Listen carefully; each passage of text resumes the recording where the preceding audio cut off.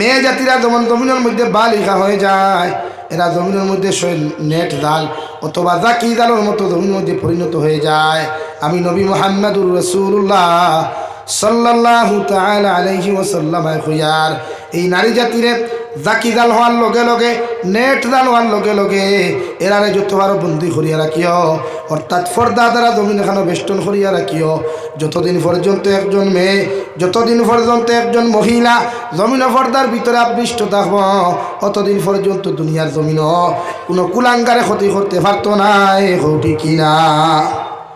আর এই জমিনের মধ্যে যতজন নারী বেহায়া, যতজন পুরুষ সকল জমিন বেহায়া হইবা, এরা যখন বিয়ার বয়সে দিব গিয়া এরা দুনিয়ার মেসা বহল দিয়া যদি কোনো দিনদার পাত্রী সন্তান টুকায়, আল্লাহ রব্বুল আলামিন বলেন তোমার লাইফের মধ্যে জীবনে বালা কোনো মেয়ে তুমি পাইতাই নাই। নাউযুবিল্লাহ।